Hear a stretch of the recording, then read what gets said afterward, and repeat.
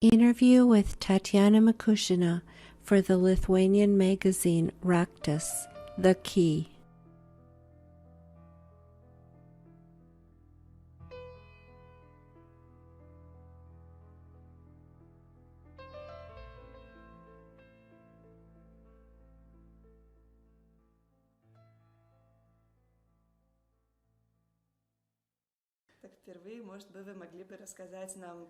Could you tell us in a few words about the beginning of your spiritual path and your way as a messenger?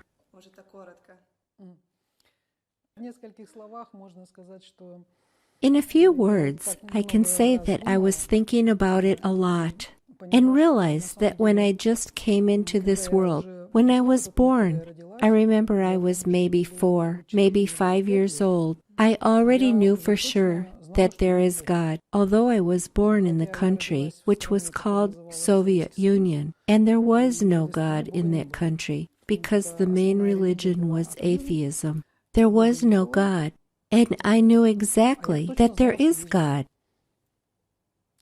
Then I went to school.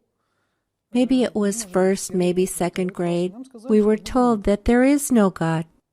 I was so surprised. I came home. I happened to be spending most of the time with my great-grandmother, and my great-grandmother was born in Tsarist days, graduated from church school.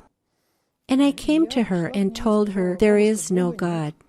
We were told at school, cosmonauts flew everywhere, and there is no God anywhere. My grandma didn't argue with me.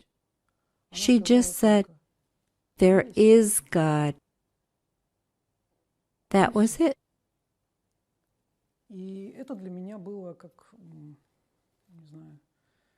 It was some kind of realization for me that despite the fact that someone may say one thing, in reality, it can be another thing.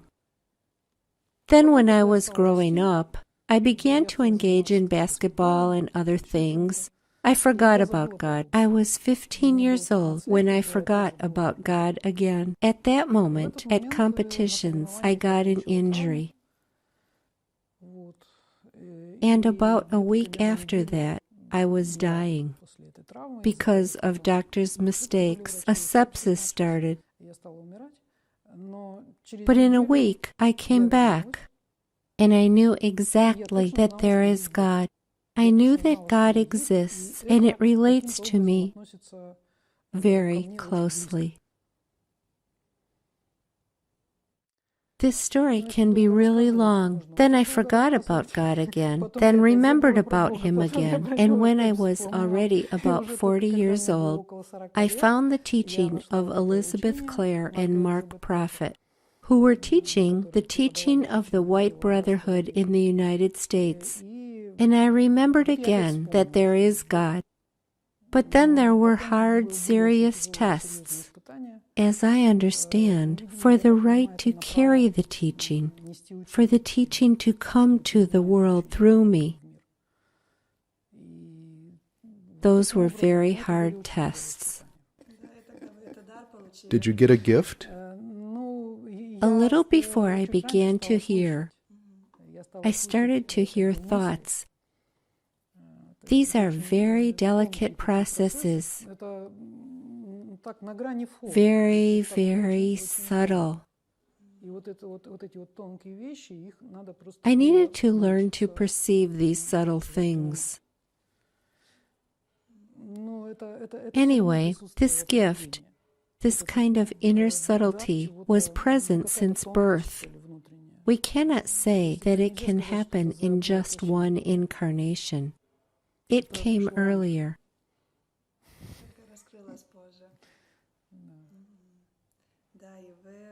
You are initiator and spiritual leader of International Social Movement for Morality.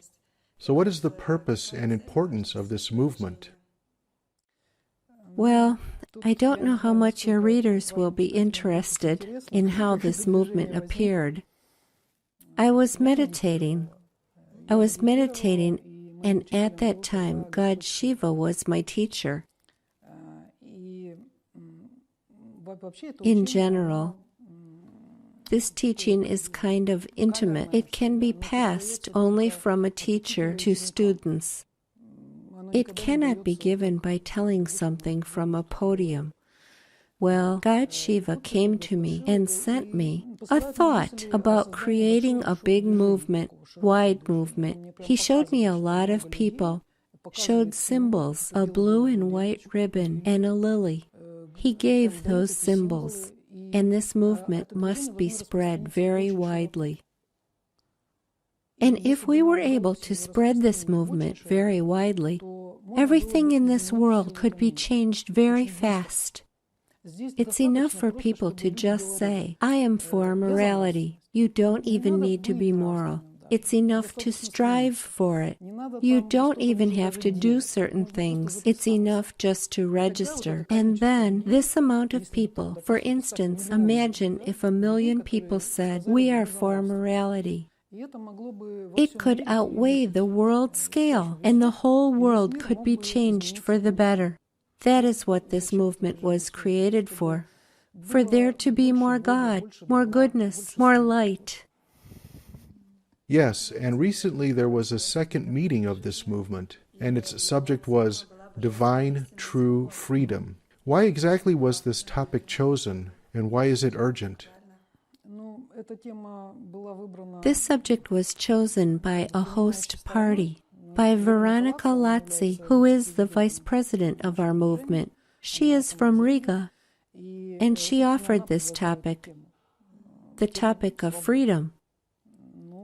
We were all present and we agreed on it. We thought it may be urgent. I think it is urgent, especially now, when everybody understands freedom in a different way. What exactly do you think we can call a true freedom? The teaching I represent understands freedom a little differently than most people do. For masters, freedom is the freedom from the bonds of matter.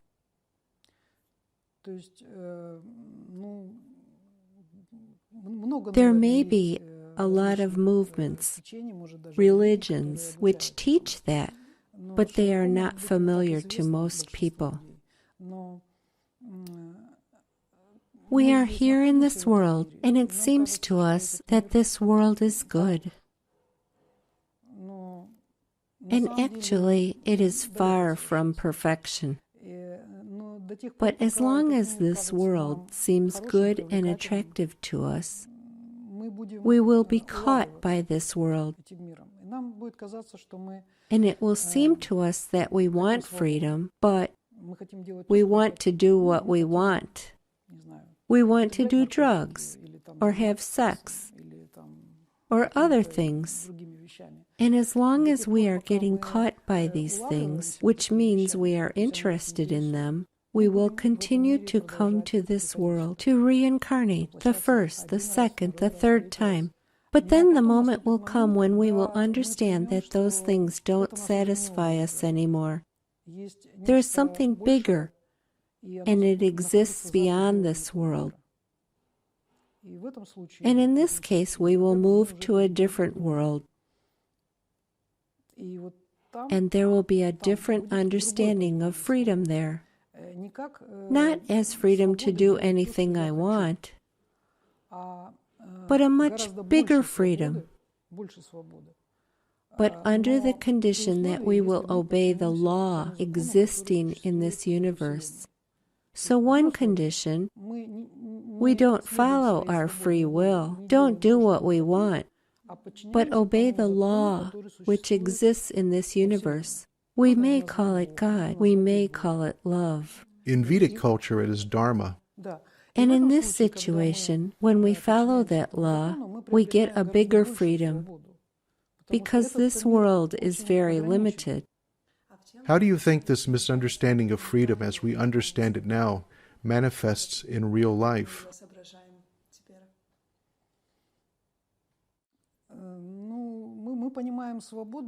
We understand freedom as doing what we want.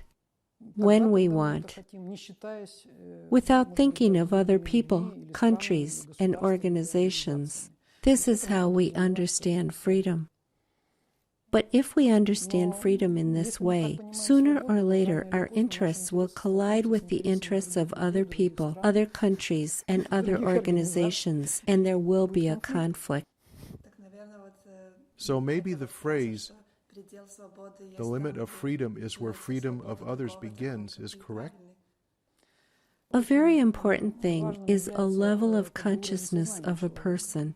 When a person is not at a very high level of consciousness and is controlled by ego, he wants to show off, prove that he is more important, and get in conflict with other people. But when we get on a higher level of consciousness, we can find compromise, find common points with each other, and act together and cooperate. And in this case, freedom doesn't get violated. We just do something cooperatively. Based on our free will, it is just a different level of consciousness. Yes, and in the topic of the meeting it is said that freedom is to act according to the highest moral law. So what does the highest moral law mean? Yesterday during my lecture, I said that when all true prophets and messengers or men of wisdom came into this world, they gave an understanding of the law of goodness, the law of love, the law of surrender to the divine principle.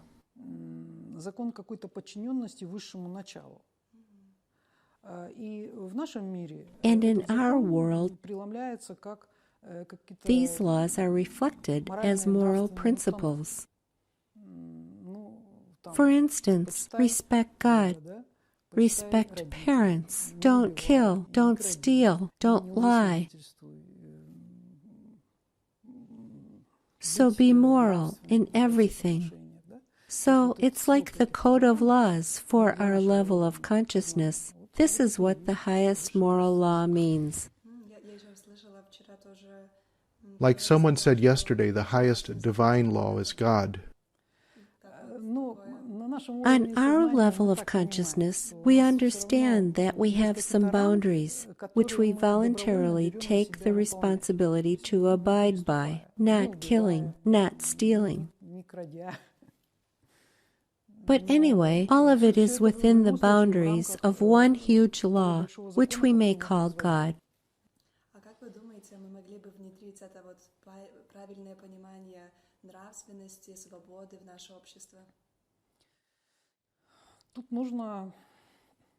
We need people, a rather large number of people, to want to change something for the better in our society.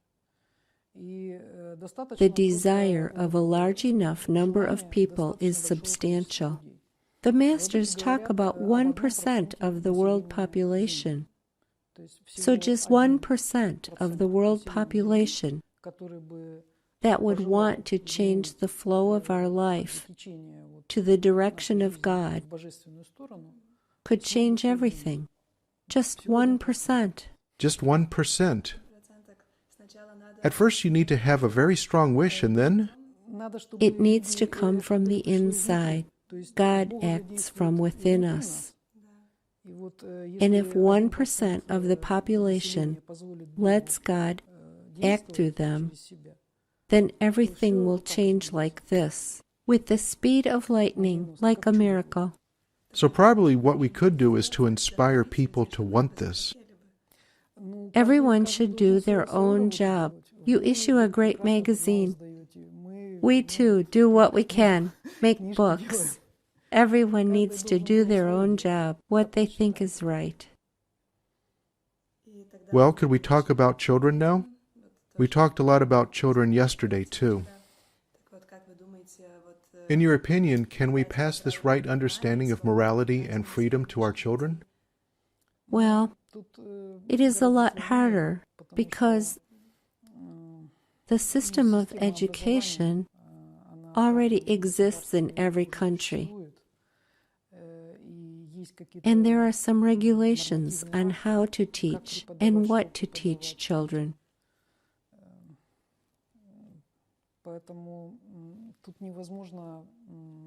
That's why it's impossible to make somebody teach like we think is right. That's why people need to be found who deal with that. I don't know, like ministers of education, maybe presidents.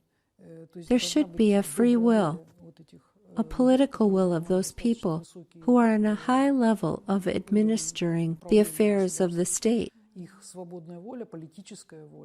in order for them to be able to change this educational system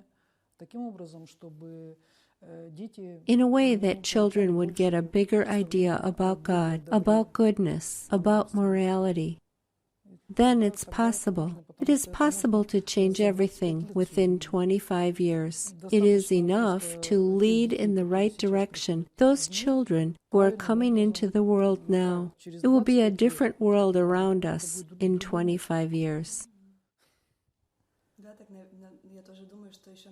I also think it's probably important for parents to change first. It's impossible for children to be good and for parents to be bad. It has to be done together. Yesterday we talked a lot about Montessori school. There are alternative schools, and it may be a good choice at this time. You see, I got acquainted with the methods of Maria Montessori. Mary Ellen even came to us, to Omsk City, and she gave us the introductory course of lectures on this method. The main thing which Maria Montessori was giving to children is letting each child set this inner connection, which is still with them until the age of 3. This inner connection with their highest self or with God. When they work with these materials, they actually start to interact with their highest self. And if this skill gets anchored, then for the rest of their lives they receive this inner connection, so God guides them all their lives. This is the foundation of this method. But the way it is taught right now doesn't quite comply with that method. Maria Montessori was doing miracles. She was taking children whose parents gave them up, who were ill, psychologically or mentally. And in 2 or 3 years, those children surpassed their peers from happy families, only due to this method. Their higher self, God, restored them completely during the work with materials or games. This is a brilliant method, but like everything in this world, it has changed a little. So it is important for education to help a child restore this connection. They have it naturally. Maybe not all children, but most of them. Then it gets lost and has to be restored. It is much harder to restore. Then maybe to be maintained? It has to be done from the very infancy. The most important age is when a person gets born until he is 6 months old. In this period, a person absorbs everything like a sponge. He absorbs everything that is going on around him. That's why if during this time TV is on, mother smokes, father drinks beer, someone argues, they think that the child doesn't understand anything because he can't talk. He just lays, well, cries. But it is not like he is against it, but it all gets absorbed within his mind. And when at the age of 10, 12, 15 years old, he starts to smoke or drink beer, it is impossible to persuade him that it is not good, because he saw his mother smoking and his father drinking beer. And we don't know what he saw on TV because TV was on too. Recently I have deepened into Vedic culture. And I don't see any contradiction between it and most of your teaching. So your teaching may be very universal as far as I can see. Well, I don't think it's my teaching, and I think it is one common teaching, which existed at the time of Vedic culture, and that culture existed on a rather large territory. We can't say now what happened 10,000 or 20,000 years ago, but this Vedic culture was very widespread, and I think it was based on the same basic principles that the masters are giving us now. Then Jesus came and gave the same fundamentals. Gautama Buddha, there were many men of wisdom, Zoroaster. They were all coming and giving the same unique truth, which can be called Vedic culture. It can be called Christian culture, and it can be called some other way. People, by force of their limitations, tend to separate everything. Here is Christianity, here is Islam, here is Vedic culture, and here is something else. Even though they all talk about the same things. And the last question, you were talking about it yesterday. Maybe you could say that again. Why do we need to have a moral lifestyle? Yes, why? How to explain to a person who will ask why? It depends on what a person wants. If a person with his own free will wants to get pleasures, everyone has their own pleasures. Somebody plays computer war games, killing. It is a pleasure for him. Somebody drinks alcohol, pleasure as well. Everyone finds their own pleasure, and it is impossible to talk them out of them. But if a person wants to be healthy, his children to be healthy, to have a close-knit family, and to have grandchildren and great-grandchildren, and to witness it all, then he must have a moral lifestyle. Because if we look at ourselves just as physical bodies,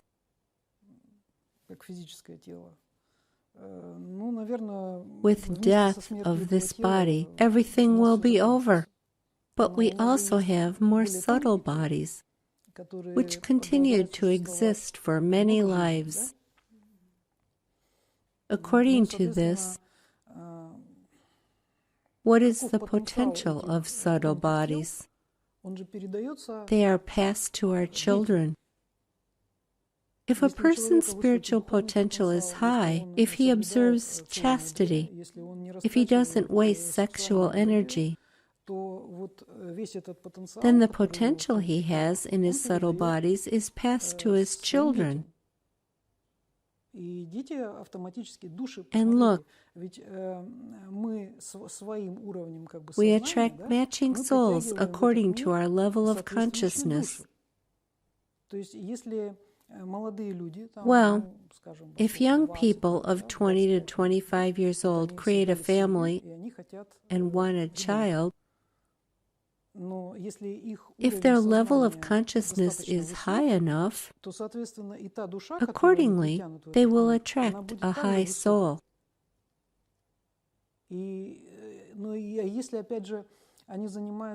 If they have sex for pleasure and accidentally conceive a child, where will that soul come from?